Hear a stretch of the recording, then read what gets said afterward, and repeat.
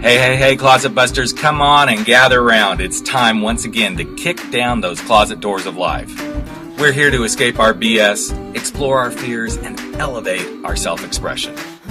I'm your host, Rick Clemens, bold move expert and coming out coach, and I'm going to take you to the party, the pulpit, the wake, and back to the party of living your life uncloseted. So come on, grab hold of yourself and get ready to step out, step up, and step into living your truth as we explore more stories, tips, and tricks for living your life uncloseted. Now let's get to the show.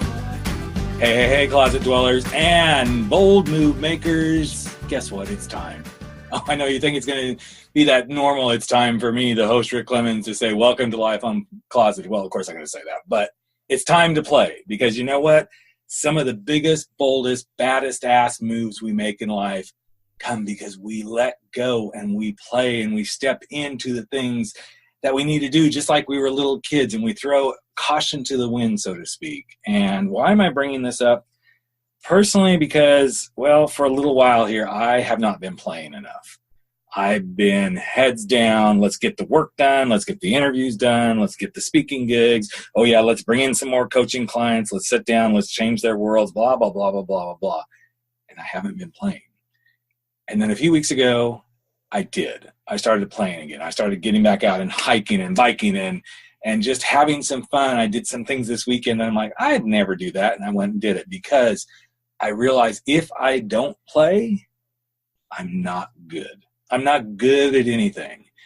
And as I started thinking about this whole play thing, of course, somebody came to mind that I've met in the past few years. He's, again, you guys have heard me talk about World Domination Summit people. I sure seem to have a lot of them right now, but he's one of those guys that is always upbeat, ready to go. He's Mr. Bowtie. He's Mr. Fun. He's Mr. Play. And he's about the only one that I know that can go in there and like get executives playing with like little Legos and cars and all this sort of stuff, because he wants the world to play. So enough of my yakking about everything here. I want to bring my buddy Jeff on because we need some playtime. We need to go into the closet, come out of the closet, and just play around with all these different things. And I can tell you what, Jeff and I have no idea where we're going today, and that's totally cool with us. Right, bro? Yes. Thanks so much for having me, Rick. Oh, of course, man. And you know what? What I love about every time we have kind of connected is we don't know where we're going even then. We're just kind of like hanging and chatting and all this stuff. But let's start out with kind of some of the quote. Let's get some of the real stuff out, and then we'll see where we go. So why is play so important to you, bro? I think one of the most important reasons why play is so important to me is that's where I figured out who I am. Whenever I'm really stuck in figuring out like what's next for me, like I wanted to become a toy designer when I was a kid, and I started writing toy companies in like 4th, 5th grade. And I eventually got to that place. I was like in a toy company and I wasn't having fun. And I realized like I needed to play more. And as I actually started to pursue play, I actually left toy design to find, another organization where I was able to like engage kids about like engineering through play. And I just realized whenever I was spending more time in my play world, all the other parts of my world, got highlighted, if that makes sense. Oh, it makes total sense. Yeah, it makes total sense, because the play is where just in a little bit that I know you and been around you, the play is at the heart of who you are. So if that's not present, then Jeff's not a happy guy. Yeah. And it's funny because a lot of times when people are I have a lot of conversation with people where they're like, I don't know what I'm going to do next with my life.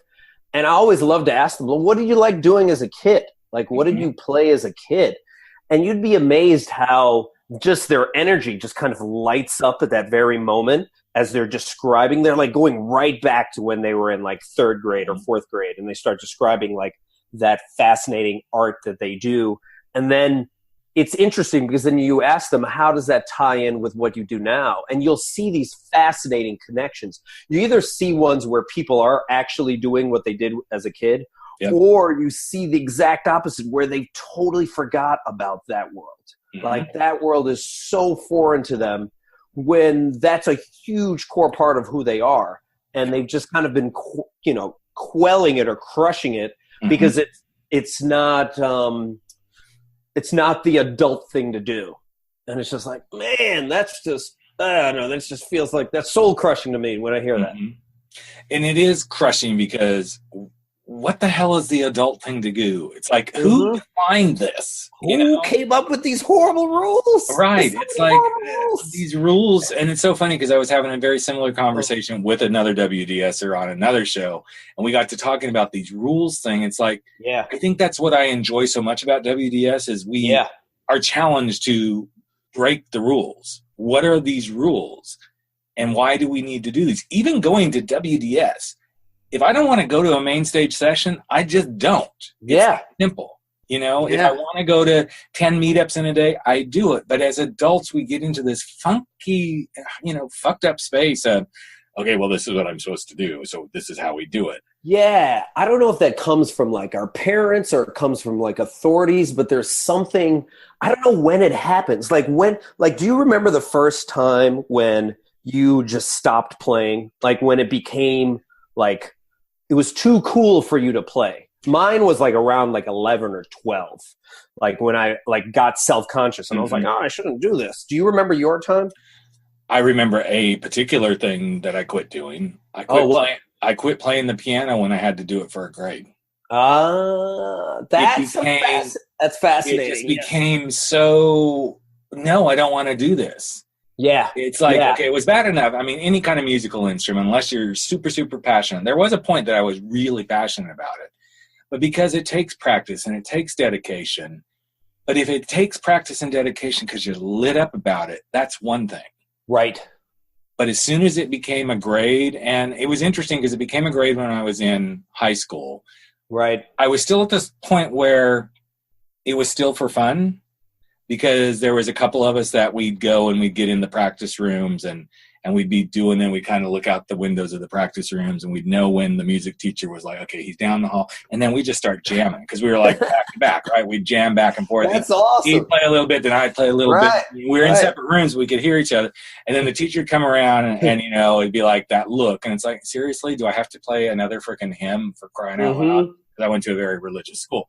So then I got through that because there was still enough play and there were things that we incorporated in some talent shows and stuff like that. And then I hit college. And college, it was like an elective, but it was an easy elective. I'm like, yeah, I'm going to take this because I already do this, right? And I'm like, oh, yeah, I can do this.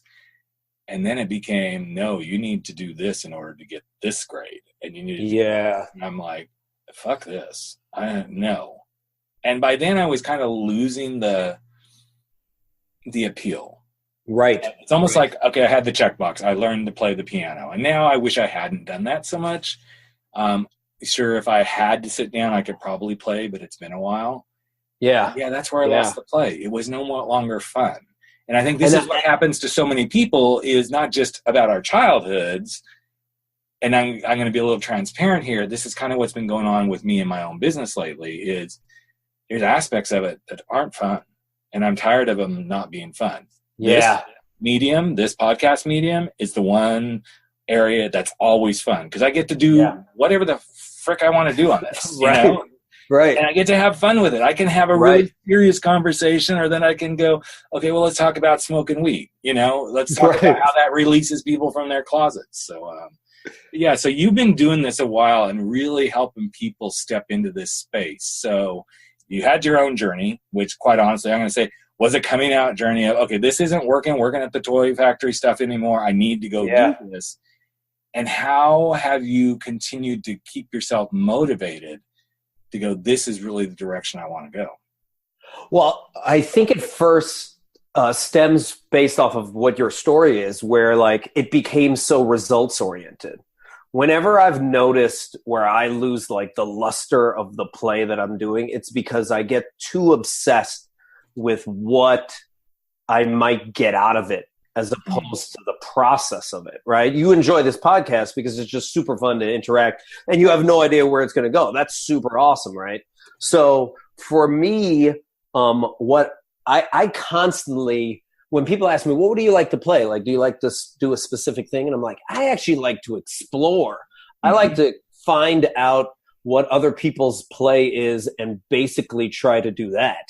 You know, like I'm heading down to San Diego later this week to talk to Gary Ware. I think you know Gary, the improv guy, and Marcy Bigel. She's a child psychologist. And we're going to try to see if we can combine improv, child psychology, and Lego play together to create some sort of like project that we're going to try out in a school. So I'm like always trying to figure out like what's the next thing that can push the boundaries, because at the same time that I want people to play, it's not just for like the sake of like, oh, it's really fun, it's really great.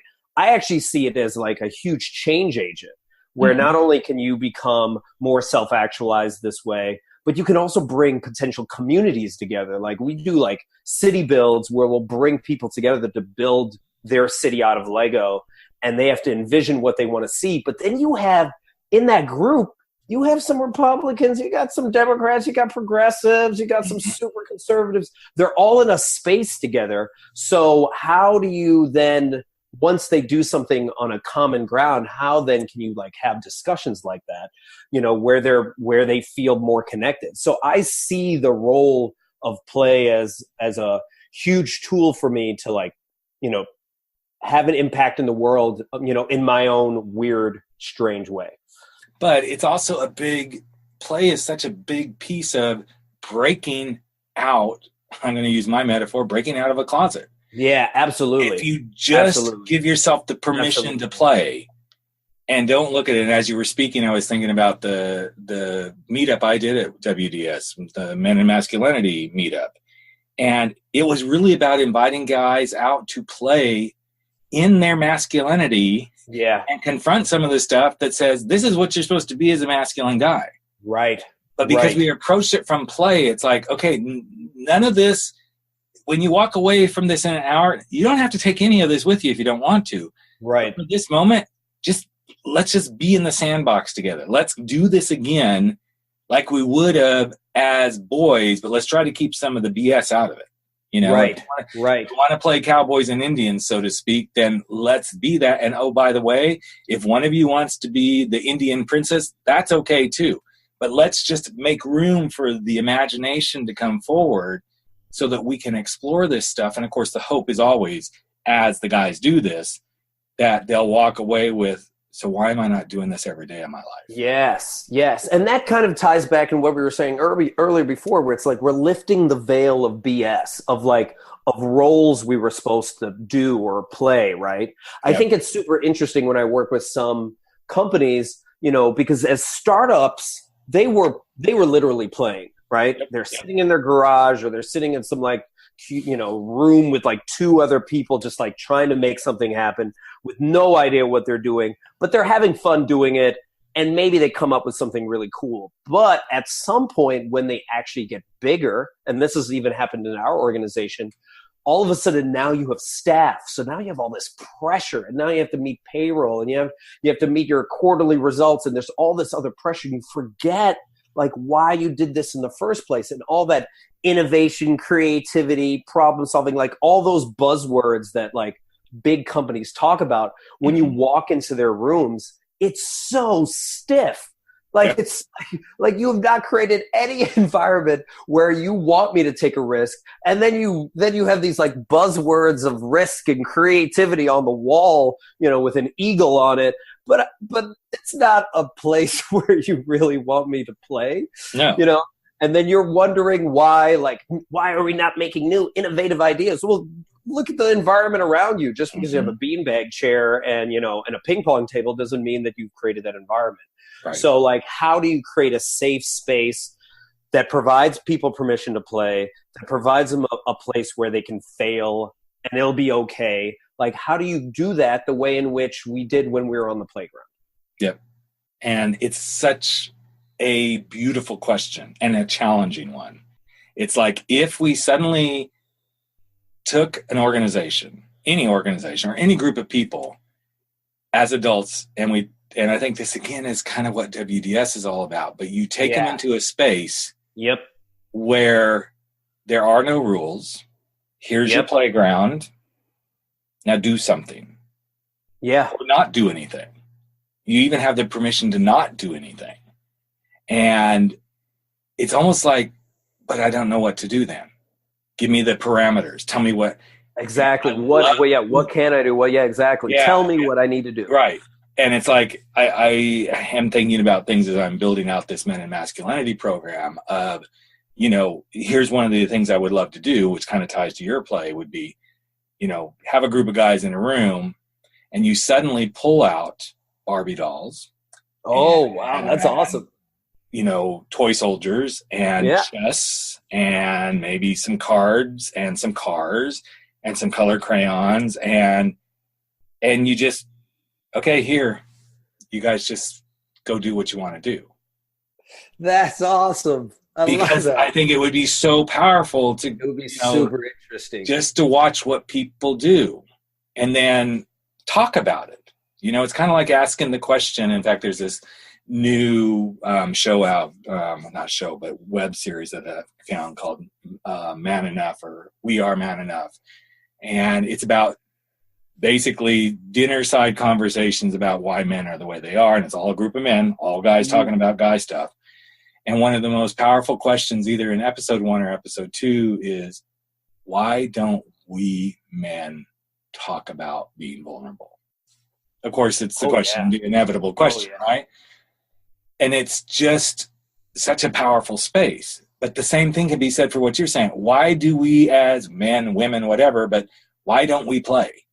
Yeah. We think we do. And some people do. Some people are like, yeah, I ride my bike to work every day. Right. And, no matter what, I'm always going to meditate. And, at lunchtime, instead of sitting around eating, I'm going to go run around the block, or I'm going to go play Frisbee, whatever it is. But I know part of it is where we are in society, as this is what work is supposed to be.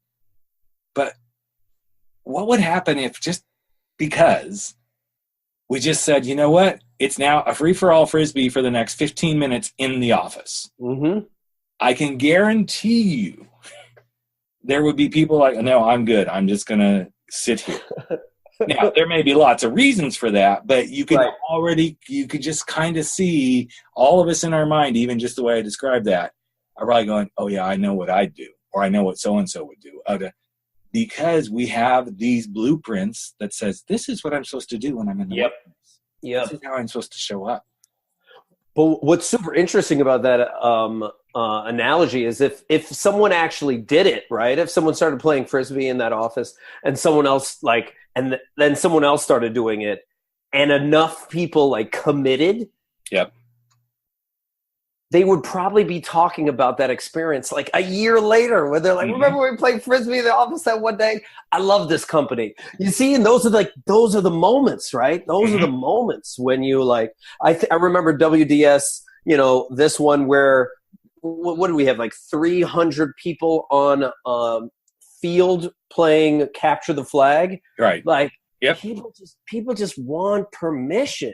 And one thing that I forgot to do at the beginning was just the way in which I even define play is it's, for me, it's an act that provides you sheer joy and fulfillment that doesn't have a specific outcome.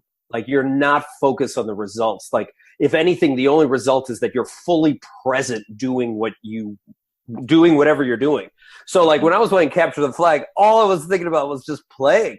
And and you're fully there. And we try to do it with meditation and we try to do it in these other ways.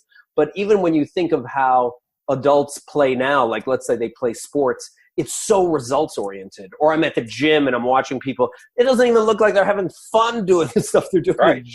It's just when are we currently right here? I was playing with my friend's kid at a playground yesterday. That's all he had. That's all he's doing. He's right there. There's nothing else.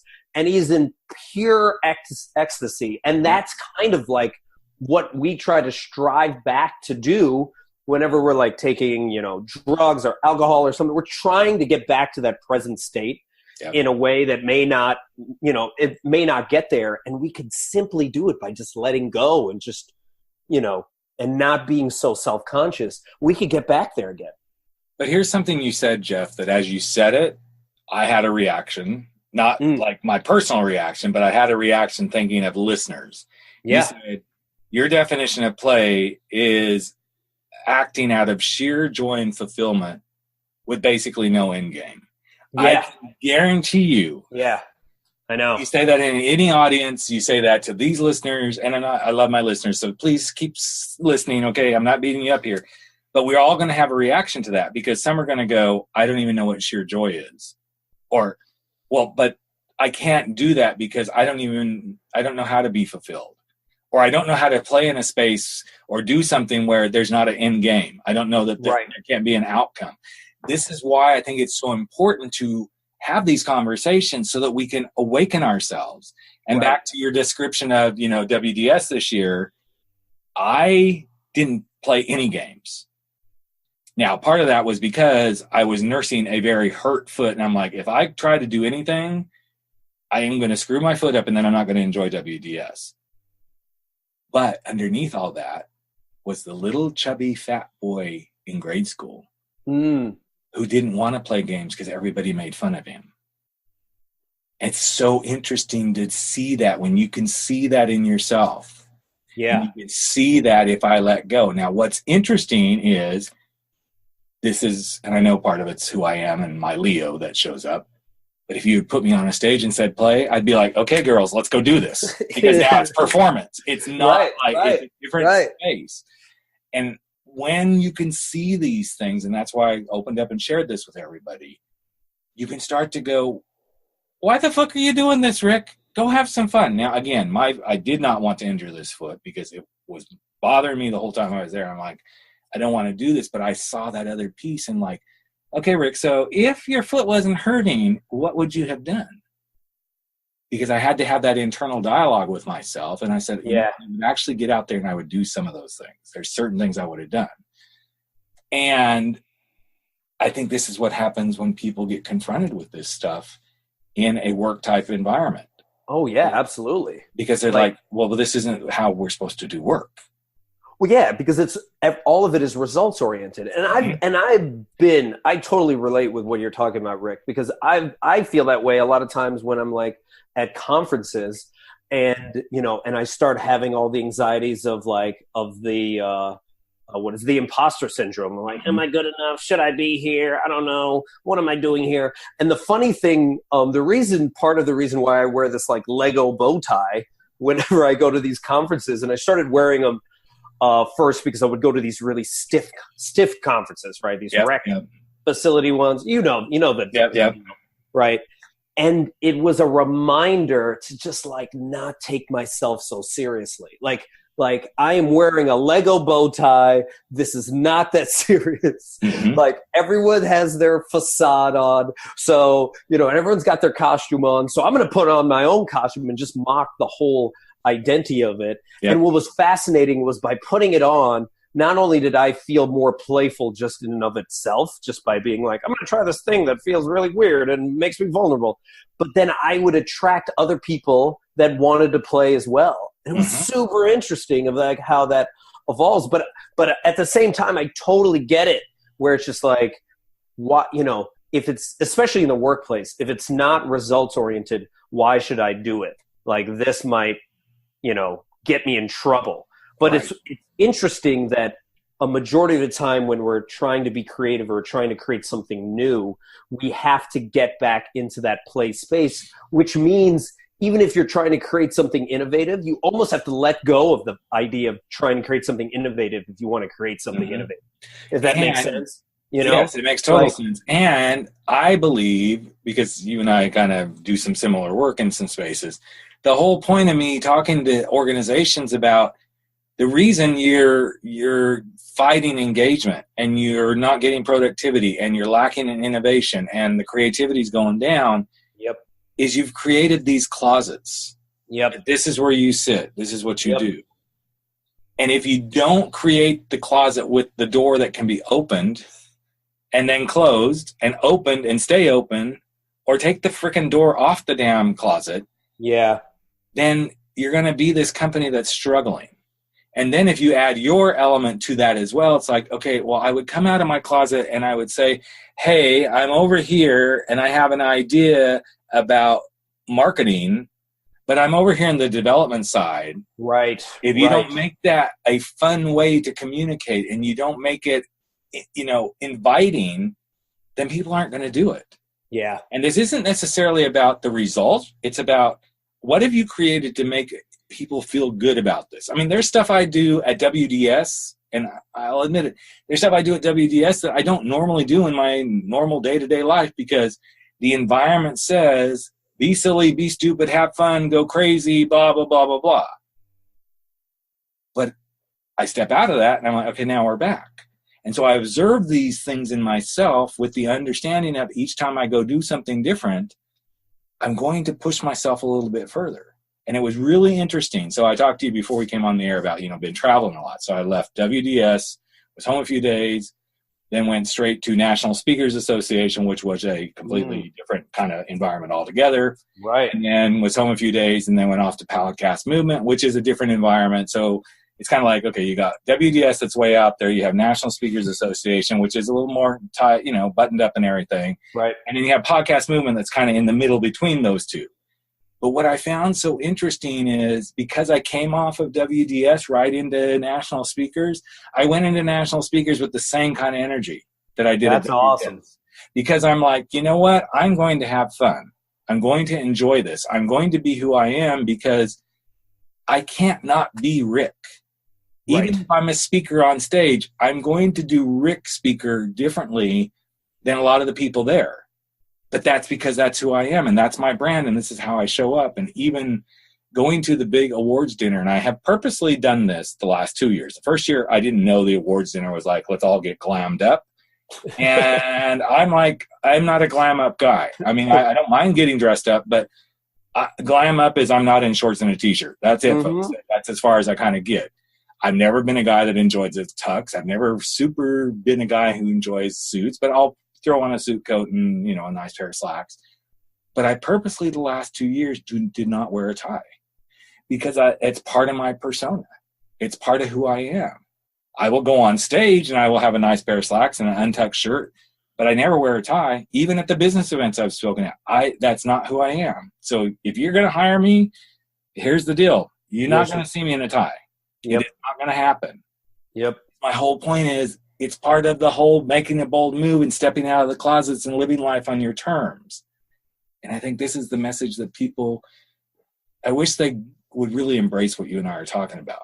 Because when you start to do this, your life becomes so much better. And embrace everything in life so much differently. Yeah, and I don't want to paint the rosy picture that it's easy. It's hard. Like asking someone to play. Well, I haven't played in a real long. I was just talking to a friend of mine. She's in her 50s. She's never been on a trampoline. I was like, we got to go to a trampoline park and just do that. With no idea of whether she is going to enjoy the experience or not. I think that's where people have to start. It's just what did I like to do as a kid? Yes, exactly. How is that tied with what I like to do now? Am I doing anything like that now? And I believe if you start to just incorporate that more, I'm going to draw again, or I'm going to write art. A friend of mine, she described it as one shitty thing a day, one shitty drawing a day. And that just was her thing for 100 days, just to see what that created. But then it gave her permission in all these other ways to express herself.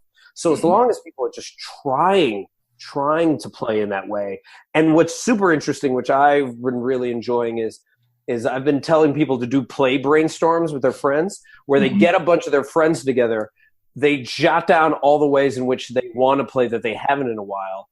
And then them and their friends commit to doing it. So it's they get some drinks and you hang out and you brainstorm what kind of play you want to do. And then for the next month or 2 months, you just have a good time trying out a bunch of different stuff. And I really believe that's when you start to release options and ideas that you never thought were possible before. It's so true. A couple of weeks ago or a few weeks ago now, it's like time flies. I had my birthday and we went to a winery for the afternoon and invited a whole bunch of friends. We had a table and food and everything. And, mostly it was all gay guys. And it was interesting to start to watch everybody. We all kind of know each other, and there was only a few new people, right? But then as the afternoon started to wear on, people started to loosen up. Yes, I'm sure the alcohol had something to do with it. Right. There was at one point in the afternoon, and I knew you and I were having this conversation. So, when I get ready to start interviewing people, I'm very cognizant of, okay, what's happening in the week prior to interviewing somebody about play, and then interviewing somebody about coming out and going through religious stuff. I kind of try to observe the week and go, how can I weave things in? Well, as I was watching this whole afternoon unfold, there was a jar of chocolate espresso beans sitting on the table, and it was warm out. And so suddenly I realized those things were melting. So I said, hey, I'm moving these over by the wine chiller, and I'm going to put it around some ice. And there were some cookies there. And one of the guys is like, oh, it's melting? Well, then it's a cookie dip. And before I knew it, all these guys were like little kids all over it. Like, I'm getting the cookie and I'm dipping it in the chocolate and I'm making a mess. And then, of course, then it started with like, let me shove it in your mouth. I'm like, these are all grown men. It took one weird little thing, and I always tell my husband this, you could see the little boy inside them come out. Man, if the little boy's coming about me as well right now too, I wanted to do that. That sounds awesome. Yeah, it was so much fun. That's hilarious. And of course, somebody tried to put one in my mouth, and I'm like, of course. I'm the birthday girl away, But that was my way of playing, because I'm like, okay, everyone's exactly to come out, because it's like, no, this is who I am. Right. And I find it fascinating, and this is my study of people. Oh, this is awesome. I always look at people and I watch them and I'm like, where's the little kid? And then suddenly I'll see a glimpse of it. I'm like, wow, that's different. And then I'll see it again. And I'll see it again. In fact, the gal at the winery who is the wine room manager, she's always taking really good care of us. And it's like, she won't let anybody else take care of my husband and I when he come in. She's kind of like, okay, I signed you guys up. You're my members. And it's so funny to watch her. And suddenly my husband came up behind me and goes, hey, Angela's got something for you. And she came out, and she's British, wonderful gal, great gal, but she can be very kind of stiff, just like, here's how we do things. Mm-hmm. And she was bringing out this beautiful tall jar that she had put some beautiful like moss and stuff inside. In the middle was a beautiful candle, just as like, here, happy birthday candle, right? Yeah. That was the first time I saw her little girl. I could see that was her, like, I'm doing something fun that expresses a piece of me and my creativity. Everything else is always, yes, let's check you in. Let's pour your wine. Talk about the da-da-da. And I encourage people to think about this, and here's why. You don't have to think about Angela. You don't have to think about the cookies, but the cookies were really damn good when they were dipped in the chocolate cocoa espresso beans. Is to observe somebody else and see if you can spot their child. Because if you can spot their child, then you'll release your own child. Yeah, I completely agree with that. When the kid, I feel like I've said this many times, when the kid in you sees the kid in someone else, you have like a deeper connection, just a massively more deep connection. And there's this corny quote. It's supposed to be originated from Plato, but who knows, where he's like, you learn more about someone in an hour of play than a year's worth of conversation. Well, I've seen that. I see that every time we get like, companies to play together, and you see like people in pantsuits running with like vehicles, and putting Legos together and talking trash to one another. And like, that's just, it's just, just think about the phenomena of photo booths. 10 years ago, photo booths at parties and stuff were non-existent. And now every event you go to, there's like a photo booth with all the masks and everything. Yep. What does that tell us? It tells us that we as humans want to play. Yeah, we want to play. We want connection. Think of all the flash mobs, all the like weird scavenger hunts, the improv everywhere stuff that's happening all the time. It's just, we're looking for connection. And the easiest connection is through play. And wait, when was your birthday? August 4th. No, it was not August 4th. Yes, it was. Yes, we're 2 days apart. That's my birthday. Right. We're the same day. That's right. I sent you a message. The same day. Barack Obama's born on the same day. I know. We're in good company, And my mom. My mom was born on the same day. That's crazy. it's yeah. So I was born. Yeah, I was born on a birthday. But what was interesting and partly vulnerable that I did at my birthday this year, I was turning 40. Is I actually celebrated You look good for 40. I didn't realize. I mean, just doing. I'm doing me. But I never celebrate my birthday. I typically celebrate it with my mom. I'll go to Chicago and celebrate with her. But for this time, I co-celebrated with a friend of mine that was born, I think, like July 28th. Okay.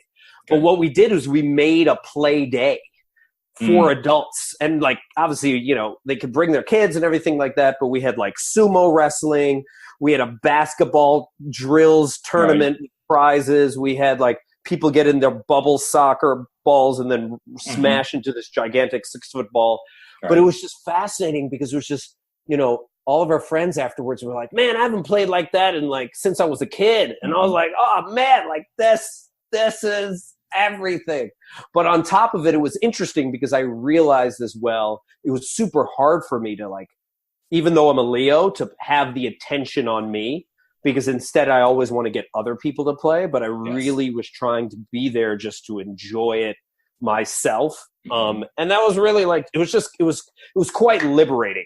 Yeah. Because I realized, like, me as someone that plays a lot still has trouble and still has to catch myself whenever I'm like, I'm so results oriented and I got to do this and I got to do that. And I got to, like, just calm myself down and be like, am I enjoying this? Like, am I enjoying the process of doing this? If not, I need to stop and do something I really enjoy. So this is so interesting. It's amazing to hear you say that because, okay, so for the listeners, Jeff and I know each other because of WDS. We interact there. We go, maybe we'll shoot a Facebook message back and forth throughout the year. But our whole some amount of time together probably could be less than 5 hours a year. And to hear you say what you just said was like, I felt like I was talking to myself. I never like to make a big deal about my birthday. I rarely want any big thing happening around it. Not because I hate birthdays. That's not it. It's just I'm the guy who wants to make everybody else feel good. And so this is something I've had to step into because I'm the obliger. I like to take care of other people. But then I can get bent out of shape when I don't get attention. So typical Leo behavior. Right. Exactly. Right. So that's why I always say if it's on a stage, it's a whole different ballgame because now the spotlight's on me. I can do the whole performance thing. So you're giving to people when you're up on stage. Exactly. That's the whole point. I mean, this podcast isn't about me. It's about I want people to take stuff away from this. Yes, I love doing it, but I found a balance. At first, it wasn't about the audience. Okay, my ego was getting in the way. Now it's like I want to have these conversations. I want to share these ideas and these concepts, and I want to be vulnerable and say, "Here's my shit, folks. I just said this is where I am." So, interestingly enough, we are coming up to my birthday. My oldest daughter was going to be passing through town, so she wanted to do something. My husband's and our youngest daughter lives in town, close to us. And he goes, so I know you don't like to do things on your birthday. What do you want to do? And I'm like, I don't really care, which, of course, drives anybody nuts when you say something. Right. And he goes, well, I was thinking about, I was thinking about having a bunch of friends over. I said, no, I don't want a bunch of friends over. I said, I don't want to do the house thing. Now, part of that was because I've been traveling. I'm like, the last thing I need is more freaking people in my space. I need my space by myself right now. And then I got to thinking, Rick, you're doing it again. And then if something doesn't happen and the birthday passes, then you're going to be pissed off because nothing happened. And I said, well, maybe let's think about doing something at one of our wineries because we have a couple of wineries we belong to and just seeing who's available. But I didn't say, let's do this. I said, let's think about this. Of course, now we're 5 days away from my birthday, right? And then I said the next day, yeah, let's do that. Let's just see who's available. I don't care who can come, who can't come. Let's just go there. We'll get some food. Not a lot of food, just, some chips and dips and stuff, just snack stuff. I'll be damned if like 16 people didn't show up. Yeah. And because I let myself have fun. I let myself play that day. I let myself go, wow, I'm just going to be here. I didn't need to be anything else but there. I didn't even care what kind of, how much wine we went through. I didn't let any of that kind of drag down my feelings. Yep. And I didn't even get overly like, okay, the table's here, let's set it this way. I'm like, here, just dump the shit out on the table. People can open this stuff themselves. I really don't care, you know, because I gave myself permission to play. That's what it came down to, was I gave myself permission to play.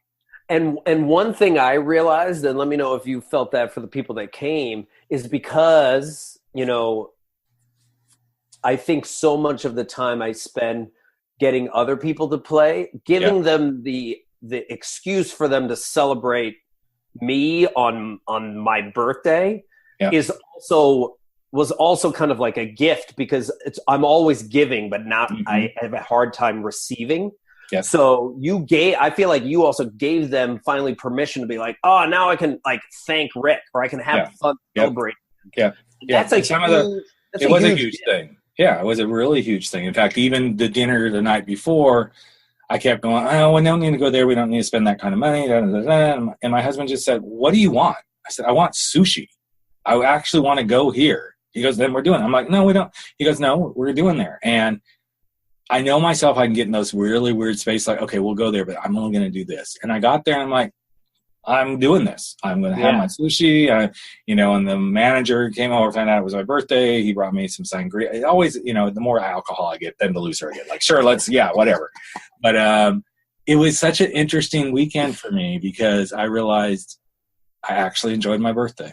I really enjoyed my birthday. And it wasn't because it was some crazy thing. It was just, I gave myself permission to enjoy my birthday. Yeah. And that's all I needed to do.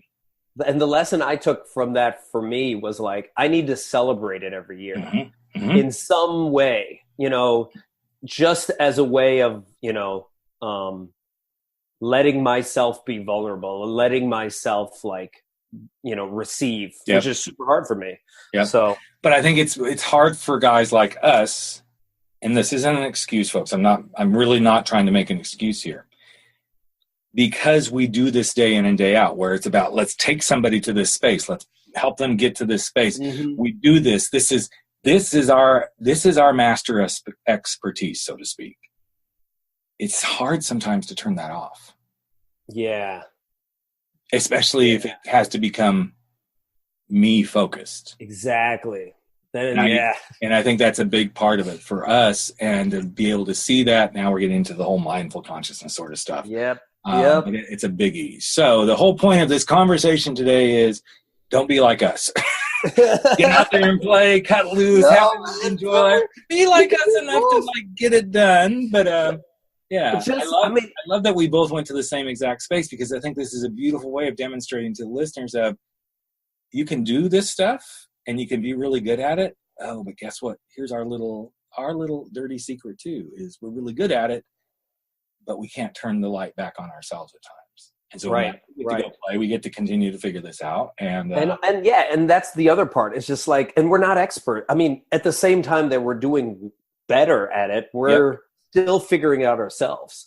And it's constant process. Because what I loved to play 5 years ago may not be the way in which I like to play now. So I'm even trying to redefine what's next that I really believe is like a play challenge for me. So, so if you haven't played in a really long time, you're not that far away from where I'm at right now. I'm trying to figure out myself as well, because we're always trying to reinvent ourselves. So here's something you just said, Jeff, that I think is a really great place to kind of wind things up here. Is you just said, everybody's trying to redefine what's next. But what if it was, what am I going to play next? Exactly. Redefine is such a, I know we use Right. So start looking at life at, okay, what do I want to play next? How do I want to play next? Yeah, that sounds awesome. Because then it's like, okay, cool. Yes, I want to play next. And I was telling Jeff before we got on, this is podcast number 7 for me today. 3 I've been on, 4 that I've recorded for myself. But I made it through, and I did it because, what do I want to play next? Oh, I want to play this one about playing. Yeah. Oh, the first one was about, let's talk about, being in reparative therapy. Then there was one, I talked to Andrew Newman, another WDSer, about his books and conscious bedtime stories and stuff. I want to play about consciousness. How different would our days be, everyone, if every day you woke up, and actually Andrew said something to me that was really powerful. in the last 20 minutes of your day, if you set that intention for what you want tomorrow to be, can you imagine if every night you set the intention, tomorrow I want to play even more? How different would you wake up versus, I've got 7 freaking podcasts to do, which I love, but I know it's going to be a busy day and blah, blah, blah. I think our intentions when we set them to go, let's play, and we really say it and we really mean it and realize that life is really playtime. Yes. It's so much easier. Doesn't mean the challenges aren't going to be there, folks. Not saying that. But even the challenge can go, so how do I play through this challenge? Right. And the pressure is partly off because you're embracing back what it was like when you were on the playground and you like, what do I want to play next? I'm done with the slide. Now I'm going to go over here. Yep. And that just sounds so much more fun. It does. So much more fun. Almost as fun as a drink right now. You know what I'm saying? Well, Jeff, buddy, I'm so glad we connected. I've been looking forward to this one ever since I saw you at WDS. So if people want to connect with you, where can they find you? What's your website? All that good stuff. You can find our organization at play-well.org. That's play-well.org. And then you can find me on Twitter and Instagram at Jeff Harry Plays, JEFFHARRY Plays. Perfect. And I can't wait till we get to play together again, man. It's been definitely. This is super fun. Yeah, this is super fun. This is crazy. This is part of fun, people. You find people you want to connect with. You bring them to the world. You share each other, and then you move on to the next play date, which I don't know what it'll be. I'm sure we're going to run into each other somewhere somehow. So yes, you are amazing. Well, you are too. You're more. You know, let's play that game. Who's more amazing? You or me? We're gonna close it out with that just battle of the. You're more. I know you're better. You're better, man. So there we go. All right, bro. Well, I really appreciate you, man. So much enjoyed this conversation, and I hope everyone walks away from this determined they are going to play more in their life. And if not, we'll just come kick your ass and tell you got to do it anyway. So that's the way it works. And that's it. That's a wrap. Another episode of Life Uncloseted has come to an end. But don't worry, we'll be back in just a couple of days with another episode with new guests, new tips, new tricks, new wisdom about how you can go live your life uncloseted. And you know what? A lot of people out there may not even know we exist. So if you feel so compelled, share us. Tell people about it. Give us a rating and review on iTunes. Share it from your phone, wherever you can. Spread the word, because the more people that we reach, the better the planet will be when everybody is living their life uncloseted. I'm Rick Clemens, the host of the show, that big, bold move expert, and that guy that constantly wants to help people step out, step up, and step into living their life uncloseted. Have a great couple of days, everyone, and we will be right back with you very, very soon. Take care.